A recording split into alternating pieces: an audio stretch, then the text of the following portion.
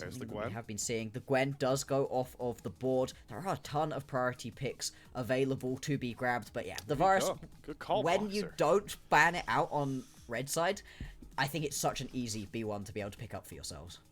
So Hope's going to grab that one. Pretty safe bottom lane, like you mentioned. The usual responses here would be the Ashe. So has been the most often paired duo. We do know that Sejuani and Yone are both up. So we're going to get that coming through for Ultra Prime. Junhao and Saber going to play the most critical role, arguably, for Ultra Prime, as their comp identity has already formed around these two picks. Here we go. We're going to go in. There's no other Forward. options. We are going in. And it is a great combo for a reason. So much fun to watch as well.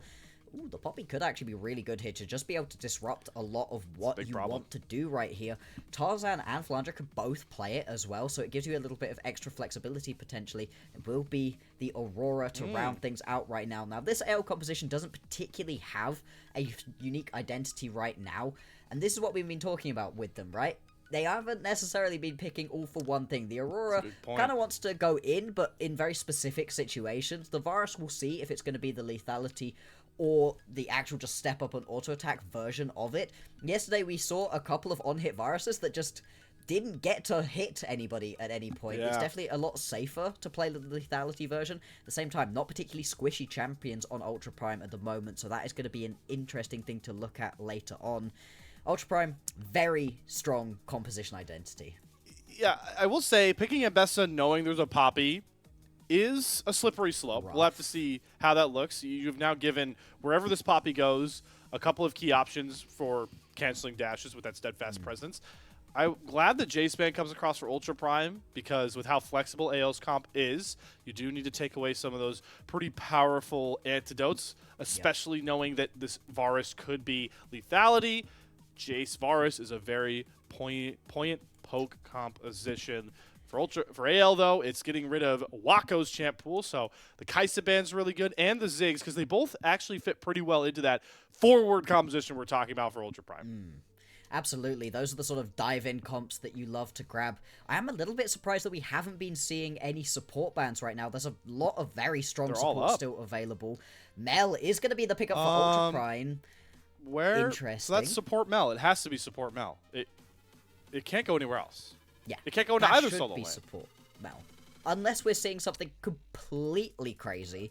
I would very much think that it will be. AL, they're hovering on towards top lane right now. I wonder if they might want something like the Renata. It's a really good pairing alongside the Varus and is great into these heavy dive-based compositions. Can really stop them from being able to work. The Seraphine that we saw in the previous game would also do a similar thing. Flandre is going to pick up this Scion, so it will be Tarzan on the Poppy in the jungle. This is what we were expecting, and I think that's why Jiang is happy to pick up the Ambessa in this matchup, because you don't think that the Poppy's actually going to be there. It's still going to be annoying for Jiang once we get into these later on into the game, but it's not going to be the end of the world.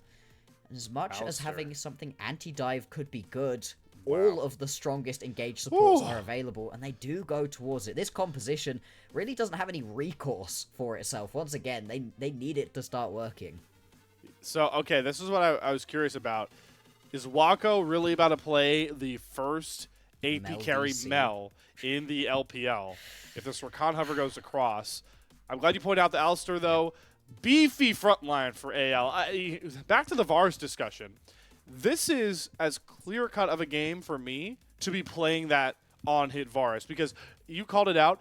If you buy enough space for on-hit Varus to get a couple of those autos through, get the Rage Blade going, it is a very powerful late-game champion to play for. And there's enough protection around it. This is a clear, defined strategy for both these teams. AL, survive and thrive. Ultra Prime, we're all going for it, baby. Let's hope something works. Oh yeah, we're just gonna be flying on in with this comp, and I think that's a very Ultra Prime way of playing it out, right? I respect very much the way that they like to make the game happen. Or AL's comp went ahead. The tankiness, like you've said, is crazy, but they don't have any real tools to be able to fully just stop everything that Ultra Prime are looking to do. The Poppy helps, most certainly, and the Scion is pretty good for that. But if you're beginning to fall behind, these tools aren't going to care. They're just going to be able to leap straight through you. It's going to be very tricky to play out. The thing is, we're going to have to watch what these individual lane matchups are actually about. Oftentimes, it's very much about the skirmishes. It will still be about the skirmishes, but these individual lane matchups are also going to be very interesting. Mid lane, there's a potential for things to get spicy. Bot lane, how much can Mel stand up to this bot lane combo of the Varus Alistar? That is going to be the question. I mean, we're all just going to be soaking this in together, right? Is what does Mel look like in the AP carry role? I've seen it a couple places in solo queue, but this is a very different Mel that's had a lot of her damage ratios nerfed, I would say, nearly into the ground. So Wako is about to teach us something. He goes with the Comet, wants to play at poke from range, and we actually see both of our AD carries going teleport, including a lethality Hope Varus. Were you expecting on him as much as I was here, Bloxer, or...? Once the Mel was pulled out, I wasn't quite as certain. I think with the majority of standard ADCs, I would have very much been like, yeah, you're just going to be looking to sit back, poke people out, hit people because you've got so much front line. With the Mel, I think that the poke is all of a sudden a little bit better to be able to play. I don't necessarily know that I would have gone for it, though. Ultra Prime, they're a bit surrounded here. They don't know that. Oh, Flandre. This is Scion Gaming as we know it. Lane swap, there maybe it is. take it away, but decimating smashes or not, that stun lasts forever. Oh, no. Wako wants to get to the wall to flash over, but Kael says, no, no, no. The only way you're getting back to base is a gray screen. AL, first blood, kill on to Hope. What a perfect start. Well, if you were hoping for a good Mel ADC experience, that's not the start that you would particularly have wanted to see. Like I said, this champion's damage scaling just really isn't there particularly anymore. You can still do work with the ulti, but it takes a little while for that to really be able to do anything, and her just normal damage, the normal damage output without going all in with the ulti, has been much reduced at this point. What can she actually do in this laning phase? Because you do have a Rakan who can just potentially abandon your lane if you need to, you know? Wako should be able to farm underneath the tower relatively easily if that's what has to have happen, but still, you really don't want to do that with the Rakan. You would like to get a little bit more aggressive potentially in this lane matchup, and so that early kill going to be pretty impactful. Not yet, though. Not going to be impactful yet. Hope hasn't been able to get back to base in order to spend the gold, so at the moment, you know, it's an advantage technically, but it isn't going to bear fruit until a little bit later. Do still have flash off of Kael as well. The Hex Flash is available. Is Saber. This is a risky trade. Shanks is waiting on those cooldowns. Doesn't have enough to blow through the health bar, so we will relax. One of the things I'm interested to see the bottom lane interactions, we continue to talk about this Mel. The Reflect does actually work really well into lethality Varus, knowing that it's making so much on one arrow. If you hold it, I don't think you die. You really die a lot to Hope on this Mel. Yeah, it's going to be very worrisome, right? Being like, I don't want to fire this back into myself, so you're going to have to think about it. Tarzan just going to take a big chunk out of Junhao. Come on, you know the crazy man Tarzan on Poppy is 100% invading you constantly. So that's actually really big for Junhao, who is on a Sejuani that wants to be proactive on the map as early and often as possible.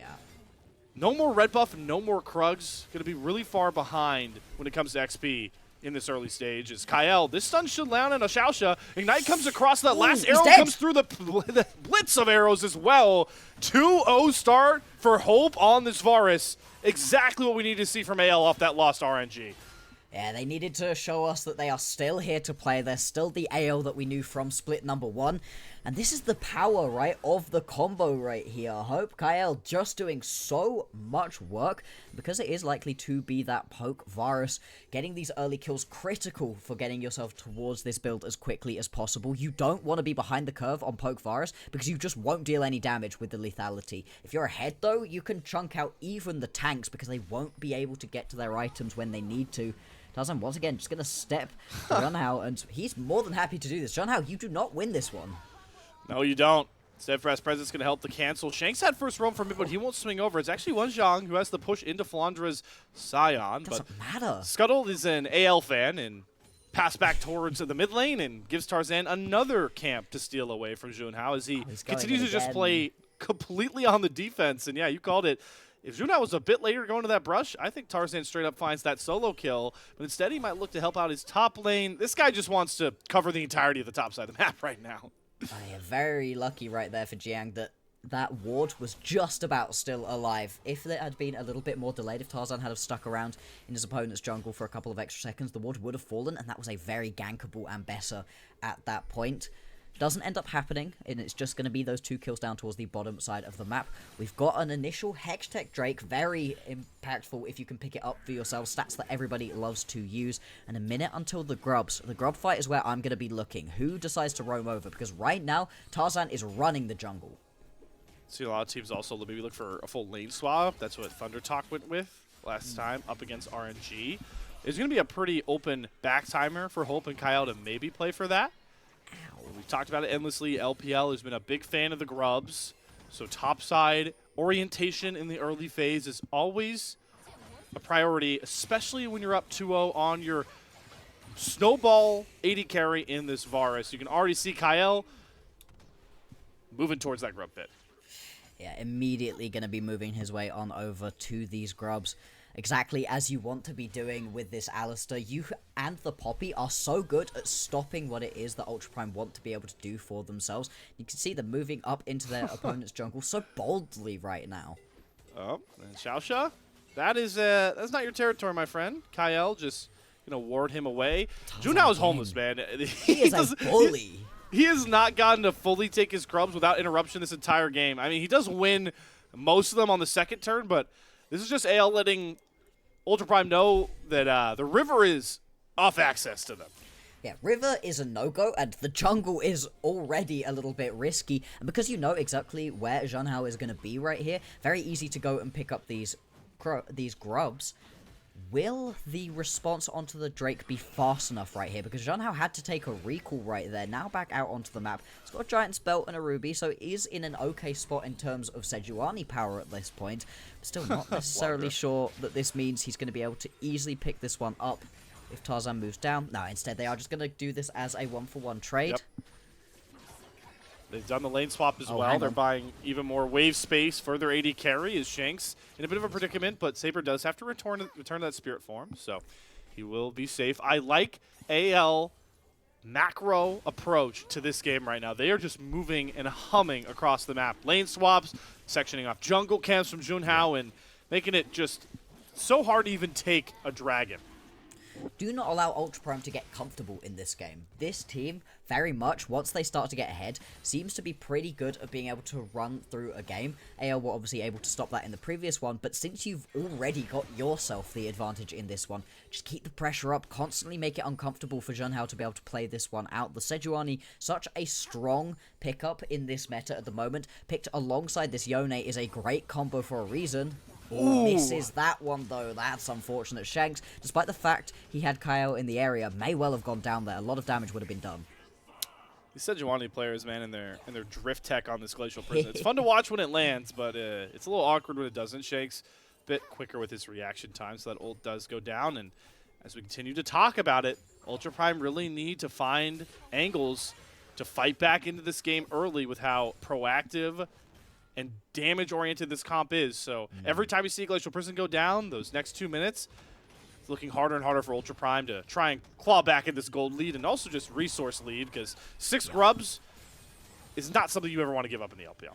No, really is. Not into a Scion as well, somebody who can side lane so effectively, especially when you've got the sort of composition that Ultra Prime do have for themselves. And Bessa, Yone, those are both champions who are very comfortable to sit themselves on a side lane. And with the grubs, the 1-3-1 becomes so powerful.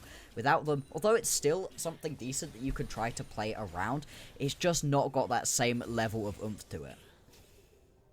You have the safety of a lethality Varus that, once he's playing on mid waves with a couple of items, can just delete mid waves and never really be under threat. And it's just continuously Tarzan being a thorn in the side of Ultra Prime's plans. That's another ult down for virtually nothing. Saber using that Fate Sealed just at the mere sight of Tarzan. And Tarzan just walking up and getting people's ultis with his and now aura he's bottom at lane. the moment. Now he's bottom lane using this Poppy so proactively. Oh, actually flashes forward. He is playing for kills in the bottom lane. Wako doesn't even actually have to end up burning that flash. It's always a bit precarious when Poppy and Alistar want to brawl early. There's not a ton of damage packed into those kits. No, it would take a while to actually be able to burn through the health bar right here of Wako, but they're getting everything they really wanted. They get the flash, and they get time right here for Hope to be able to pick up turret plates. There's Junhao. All of this CS, all of this experience as well that you ended up missing out on from that previous wave. Wako only just about now going to be able to rejoin. At least is able to stop the base out of Kael. That is something technically, but really not a lot. No, it's AL's map to play on, for sure. And Ultra Prime need to find a way to really open up space because I'm with you, Bloxer. I think their ability to spread the map, if they have threatening Mbessa Yone items, could really put AL into a funk. But right now they are playing like the team that is expected to 6-0 this group and contend for another LPL title. And that's good to see after the RNG game. Really is. We wanted to see a bounce back from AL. They want to be that top seed coming out of this group. They don't want to be down in the mire of all of these teams who are fighting, clawing their way to try to get up into the top 2. There doesn't feel like there's any real risk for AL of ending up down in the bottom, ending up in Group Nirvana. But still, you don't even want to be in that conversation. You don't want to be in the conversation of, well, maybe they'd end up there. Tarzan going to step up right here towards Junhao. Junhao looking at least to steal one away. Does manage to grab one at least, but still is going to be able to concede the other 2. 5 grubs over to AL. Well, I mean, we're using Glacial Prison to secure a grub. That is not the mark of a game state that you really ever want to be in. No. This top jungle, Tarzan is just marked off as his. He's controlling almost 3 quadrants of the map right now, and that's exactly what you want to see from your near MVP from split number 1. And now Wonjong may be the next target. Public Execution does actually hit Tarzan to get AL back under turret range. Good use of that ult. But they get a double teleport out of Ultra Prime. That's Wako and Saber. So who really does end up winning this exchange?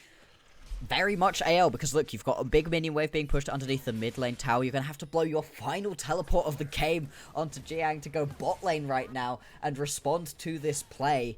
Oh, that sucks for Ultra Prime. It was well played out of Jiang. He actually didn't need the help of his friends. He was able to use that public execution to great effect to be able to dodge away from the headbutt pulverize, to stop himself from being caught out by anybody else, and just double TPs kind of ruined that one, forced Jiang to lose his teleport after a good outplay from him.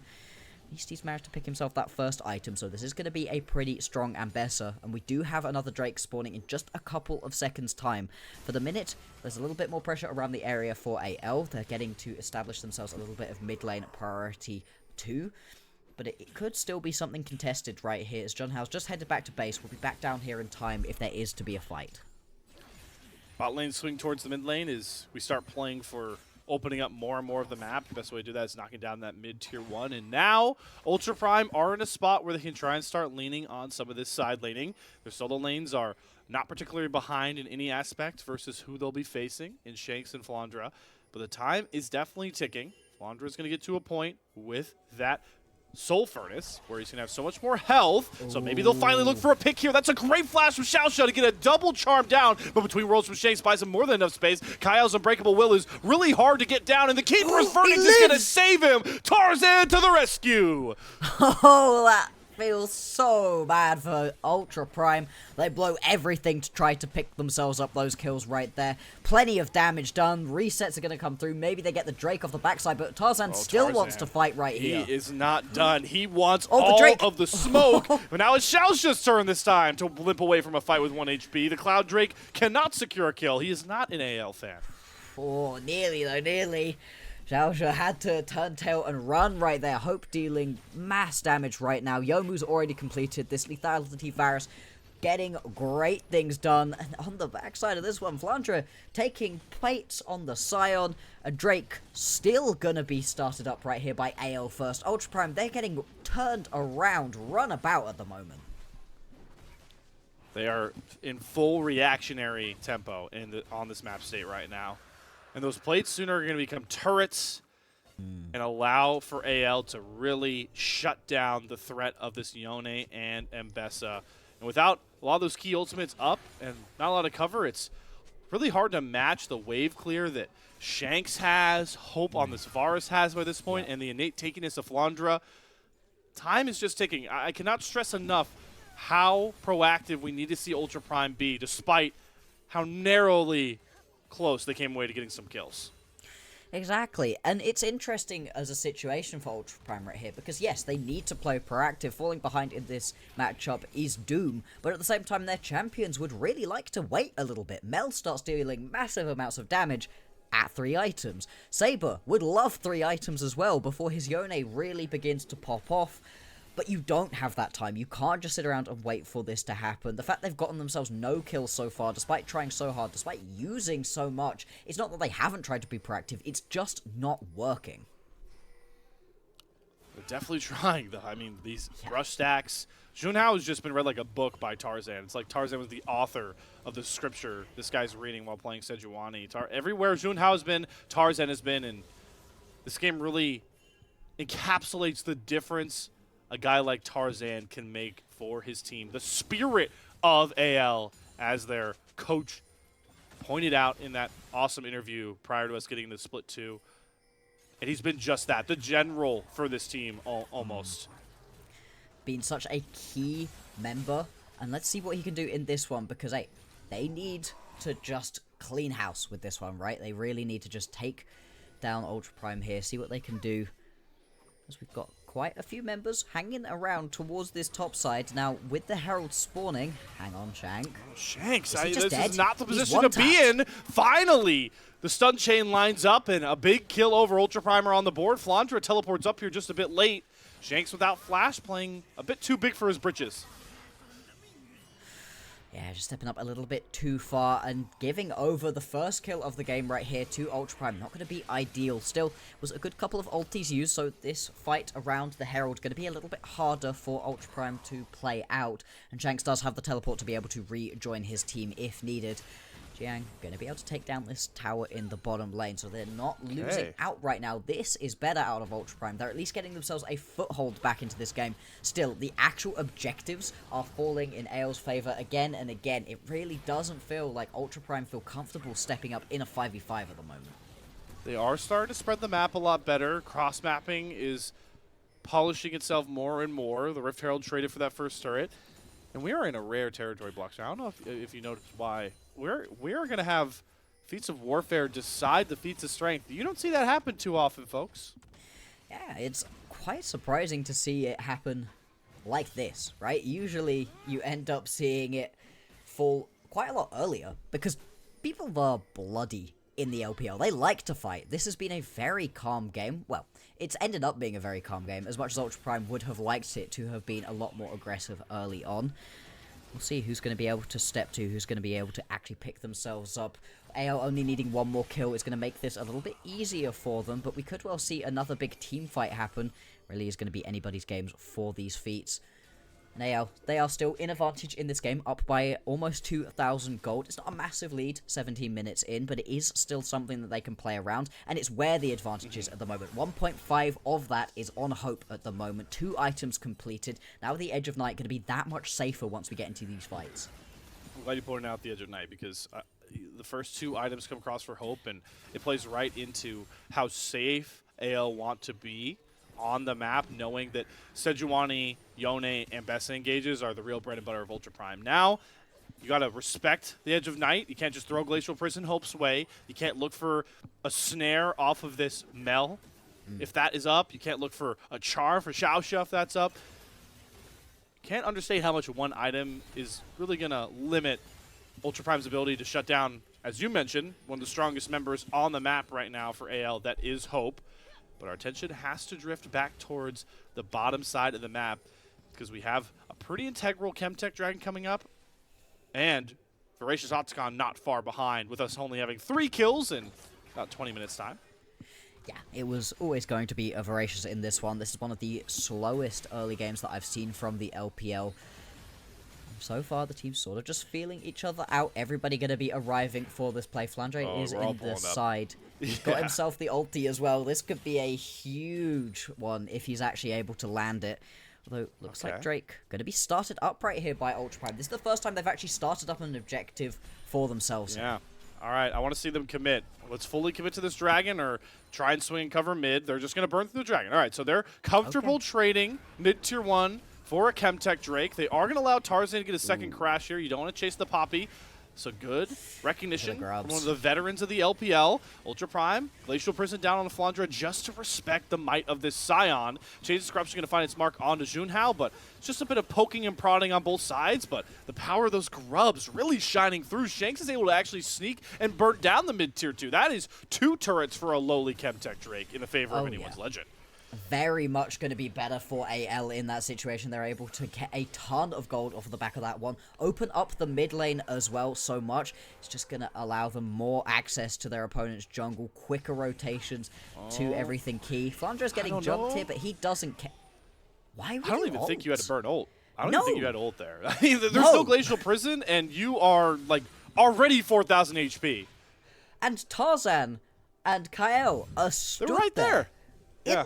I'm baffled by that one. That is genuinely wild out of Flandre. There was no need to ulti right there. You're Scion, you're tanky. Even if your mates weren't there, you'd still have been fine in that situation. We'll see if that actually comes to play, if this is going to be a big thing, him not having that ulti available. Because like I said, Atakan is up and available. Is going to be that voracious. Nowhere near as strong as it was when the Atakan was first introduced to the Rift. Still though, a nice prize to be able to get. Allows you a little bit of extra confidence when stepping up the towers to other objectives if you can use it with good timing. Nobody particularly wanting to start it up for themselves without already won a team fight. If you do, that's a pretty easy way to lose a game. I think a main reason why this game has been as slow as it has been is due to just 3 teleport threat on both sides, right? It's incredibly hard to catch your opponent in a position where they're forced to either drop critical waves or cover these side lanes because even 80 carries can teleport back down to that Atakan. So I would be really shocked if either team just starts this thing up knowing that TP threat. It's got to be a fight that opens up the Atakan. And if you're Ultra Prime, you want to be the one starting fights, and 2, how nice would starting fights be with that revive available to you? Oh, it would feel so good to be able to just pick yourselves up that one, not be worried about trying to engage onto these fights. Caution to the wind, right? Yeah, just send it, which is what it feels like Ultra Prime have already been trying to do for themselves a lot in this game, is just send it. AL being able to do the same thing with the Voracious Atakan would be great for them as well. Still, things are going to continue being a little bit slower. 3 kills in 20 minutes. Are you sure that we're watching the LPL right now? No, I don't know what I'm watching. But I am intrigued by the approach for Ultra Prime knowing this draft. I'm still waiting to see what the secret sauce of this Mel pick is. I will say, can really scale heavily, but that does feel like a long ways away. So the rest of Ultra Prime are still really committed to trying and find these fight angles. You've got a Rakan, you've got a Sejuani that sets up the Ambessa and the Yone so well. Got to give a lot of credit over to anyone's legend with how resolved they've been. They're not willing to ever overextend outside of Shanks getting picked topside to give Ultra Prime any openings. Yeah, exactly. It's been a very well played AL game so far. You see resets coming through. Wako don't is make me eat my not words, here. guys. Please. Patience is a virtue, young Padawans. We don't need to play all out for the Atakan. No. So many teams have thrown around Atakan. Voracious specifically, for some reason. Definitely People Voracious. love to just go throw themselves at it. But think about quite how much damage it can end up doing. There's the engage. Okay. Kael going in. They get the lockdown, and Xiaosha's just burned through. Nice CC layering to pick off the Rakan.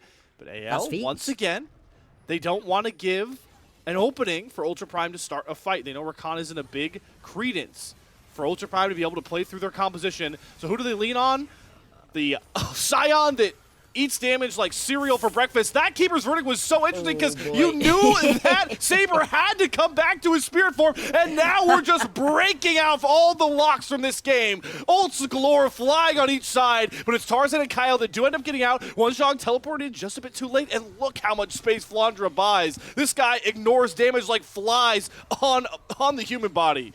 Yeah, he doesn't care about that one. Just going to be able to step up. Another tower picked up here for AL2.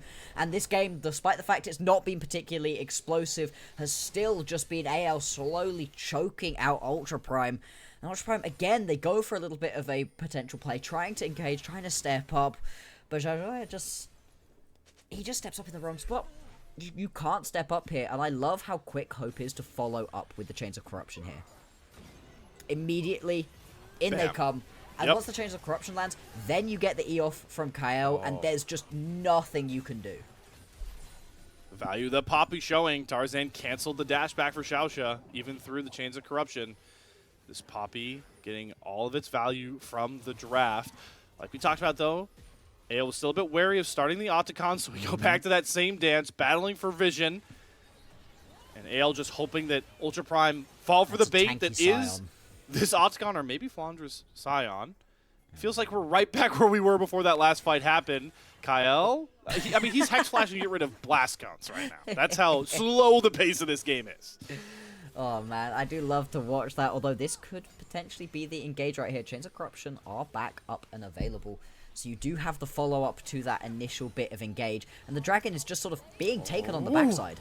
Good dodge by Shanks. There's the Glacial Prison through, but the Kael execution goes on top. Wonshang wants Shanks, who is going to have to flash out to safety, but they have Hope off to the side, trying to throw these arrows down. Kael's going to fall first, but Flandre is still in there. The furnace is all his. The heat is where he thrives, and Hope is firing arrows galore at everybody. Reflects down. Hope's going to step up, wants himself a third, has himself a third. This forest pick is shining for anyone's legend, and the legend today is Hope with the quadra kill to break open the game. Oh, when he got those first 2 kills, I was so hopeful Junhao was going to decide for some ungodly reason to stick around. The quadra kill, still incredible right there. And Hope just playing this lethality virus to perfection in that team fight. Keeps himself just out of harm's way the entire time, and then knows when to go in, knows when to step up and take space for himself. Atakan gonna fall to AL as well. And this bot lane has been popping off. It's the initial engage right here onto Shanks, but Hope is just stood by himself. Still by himself. Still, nobody's touching him. Now he starts actually opening up and dealing damage, but he is still completely untouched. He doesn't even lose the Edge of Night until this point in the team fight. And at this point, he's done the damage. Even if you die as Hope here, this is still going to be cleaned up on the backside for AL, but he doesn't. He doesn't die. He does what he needs to for his team. And now we're really going to start revving the engine of this game. Voracious Otacon's available. Remember how much of a tyrant Tarzan was in the early game? Well, let's see what he can do now here. Kael's taking a big lick of damage, though doesn't have the unbreakable will, but here comes Flandre with the unstoppable onslaught. Who can he cut off from an escape route? There's the flying from Tarzan. Xiao's just marked as the first one to fall to the gray screen. Anyone's legends feel empowered by the Voracious Otacon buff, and they're looking to knock down anything in their sights. Yeah, they're just going to be able to keep stepping up right here. So long as Hope is here throwing through those piercing arrows, there's nothing that Ultra Prime can do. And this is what we need to see out of AL. After they lose that game to RNG, a game that nobody thought that they should lose, we needed a bounce-back game from them, and this sure is that. Sights turned towards the Baron now. With Voracious Otacon, if you want the fights to come to you, just start this Baron. There is no vision in this river. Look at Junhao. This guy's worried about walking up past his red buff. There's a Baron being dropped off to the side, and maybe the Baron isn't the focus of the observers, as we might have a fight breaking out. Ultra Prime trying to force their way through towards the river. Baron is dropped by Tarzan, knowing a fight may be coming. They have Shanks caught off first. Wonshang uses the Golden Prison. They do have the Eclipse coming across from Wako, but it's not enough damage just yet. The revives are still on here, and Hope is still legendary. Fate sealed down after Hope, but Saber doesn't win the 1v1 into this Giga Chad of a Varus, and Flandre eats damage for breakfast. There's the first withdrawal, but it's not a shutdown, and it's going to cost Saber his life. Hope has himself double-digit kills in this big game up against Ultra Prime. This is exactly what we wanted to see from Hope, exactly what we wanted to see from AL, and they're just going to keep running the Rift at the moment. The kills, they're just not falling here for Ultra Prime. Only 2 across the course of the game. And it's going to be onto the support as well for one of them. Just not working out. And Slayer, it feels wrong that we haven't spoken about this Mel ADC all game. But it's I want to not give it time. Done anything. I'm with you. We're always looking for innovation, right? The LPL has molded so much of the meta year after year. So I was like, oh, Wako, we're cooking, right? No, we're not. This Mel is invisible. I feel like Mel ADC is the sort of pickup that kind of works in solo queue, because people are going to throw their worst ability straight at you for you to reflect backwards. It doesn't Right. matter how much damage you actually do innately if the people in solo queue are making bad decisions, which they will. I don't know that it's going to be a competitive pick right here, because you can see Wako's not actually getting big reflects off at all. Hope is never actually throwing these piercing arrows at him in opportune situations. Nobody's throwing anything at Wako, and like you said, with so much of the damage of the Mel taken out, Baron's just gone, by the way. I mean, that's the might of AL's front line is up. fully imagined. Their tanks are all like 2 or 3 items. You can't walk past them. It is impossible. Look at Flandre. I mean, this guy's going to stand in front of 5 people he doesn't care. Glacial Prison from Junhao. Ooh, that one's going to sting. So no engage onto Hope, and Wako just took half his HP from just the E from Varus. And while this is happening, up in the top lane, Shanks is just pushing this one through. Going to be able to pick himself up a tier 2 tower in the top lane. Love the picture-in-picture here. Flandre? Who's going to be able to go back to base? Nobody's actually gone to sort of deal with this. This is the weirdest map state ever. Okay. Saber is recalling a Dragon Pit. Now he's back. They've lost an inhibitor turret. Tarzan's flying in. Oh my god! Hope just deleted this Mel. Wako's down again. Inhibitor next to fall. I mean, how do you even touch Hope right now? Maybe you go after Shanks, but Junhao once again falls flat trying to find the Aurora. And I see AL maybe looking for the killer blow here. They've got the 5 grubs. They've got a Baron wave. They've got their sights set on the Nexus turrets. The former grand finalist of Split 1 looking to get right back into tempo, right back into rhythm after everyone expected them to 6-0 the group. They may not accomplish that, but they're going to have themselves a dominating win over Ultra Prime to reclaim the top spot in Group B as they keep their eyes set on Group Ascend. And it's 2 more kills on the Junhao and Junhao that are keeping them from that very goal. Yeah, they're just going to look for it. Oh, one more piercing arrow would have done it. Oh well, they're just going to have to settle for the Nexus, I guess. AL, a dominant win right there. Ultra Prime never got a foot in the door, were never able to do anything for themselves in that game. And AL, I wasn't certain about this draft. I wasn't sure quite how much they were going to be able to get done. But the Poppy was massive from Tarzan throughout the early game, and then once you get a few items, once you get yourself into a slightly better spot, this Varus was immense.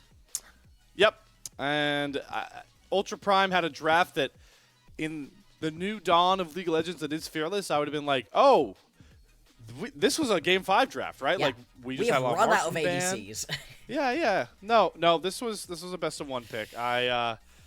I hate to call draft gap when I do, but this one really stung. Let's look at it, right? Let's look at what the Mel did this game. It got caught level 1. Yep. And then it did nothing else at any point in the game. It cleared waves pretty well. Yeah. There are lots of ADCs that clear waves, I would like to say. I feel like in terms of champions that can clear waves, ADCs are actually pretty good at that in the grand scheme of things. Yeah, pretty very high up on that ladder. I would agree with you. It's even more head-scratching because you started so strong. Like, Sejuani Yone has been one of the premier red side 1-2s we've seen. And this Mel, it just comes out of nowhere. I mean, I'm looking back at this draft, like, the only AD carries that were off the board when this pick came through was Ziggs and Kai'Sa. Yeah. And, like, the Kai'Sa, I think, would have worked really well with this, so it does suck for Ultra Prime that you have the Kai'Sa taken away from you. But there are other ADCs that you can make work in this situation. We've seen it quite a lot, where teams are going for lots of aggressive pickups in the top side of the map, and then they grab themselves a Jhin to sit back in the team fights, just open up with the ulti and deal your damage. Do some work for the team that way. It doesn't have to go flying in. There are other ADCs that can be more aggressive. Ashe, also a great pickup at the moment. As much as it wouldn't be, oh, this works perfectly with the composition, well, Ashe, Sejuani, love that as a combo. We saw how good that combo could be in game number 1. Yeah. This Ultra Prime composition, if it had have gotten 6 kills right at the very beginning, gotten popped off, the Mel's the one who gets the first blood and is able to do things. You know, you're actually able to get that 2 items quickly onto the Yone, so you're doing work here. There's a chance. It's not the sort of composition that just, it literally will never work, but it only works in very specific situations into a team who's making a lot of mistakes, which isn't AL. Yeah, very weird draft from Ultra Prime given the stakes of best of 1s. the matchup they had in front of them. Maybe they were just trying to catch Anyone's Legend lacking with a pick that they were not expecting. It falls flat. On the flip side, though, for AL, knowing how much pressure they have the most of this group coming into today, I feel like, I'm curious what you think, Bloxer. I think as slow and as much of a snoozer as that game was, I actually find it more impressive that AL played so patient than them just kind of coming out and getting 5 billion kills and running over them. I think this was a very key win, the way they won this one. It's showing a way of playing that we really need to see out of AL, because they can play the fast, crazy games. We've seen that from them time and time again. Being able to actually just sit back and kind of allow the game to happen to you a little bit more. I mean, look at this. Barely a gold lead for the first 20 minutes of the game. Nothing that you can't overcome, but they get themselves enough of a gold lead, and it's that constant movement upwards. It's getting better and better for them until the point at which the big objectives start spawning, the Baron, the Atakan, all of those, and you can really draw 5 members in, and once they were able to do that, immediately they were able to just accelerate that gold lead. It never looked like the win was in question for AL from that very first blood. And that is what you want out of teams that we consider title contenders. So, AL back up on top of Group B for now at 3-1. This group is still pretty tightly packed. We'll get a bit more into that before we jump into our third match. But we have to have the discussion, as always, Bloxer. You know, just like they awarded my boy Jalen Hurts an MVP after his play of the game, the Super Bowl, is hope that Jalen Hurts pick in this one? I feel like it's the obvious. He was dominating. If I'm sad about you not finishing the pentakill and only getting the quadra, yeah, I think that is your MVP of a game. Good logic. And that's not to say that everybody else on the team didn't do well. You cannot play this kind of virus without having people ahead of you, buying you that space, buying you that time. In another composition, in a differently played game, you don't get to, as Hope, sit back for the first 6 full seconds of a team fight, not hitting a single ability or skill shot, waiting for the team fight to unfold and then unleashing.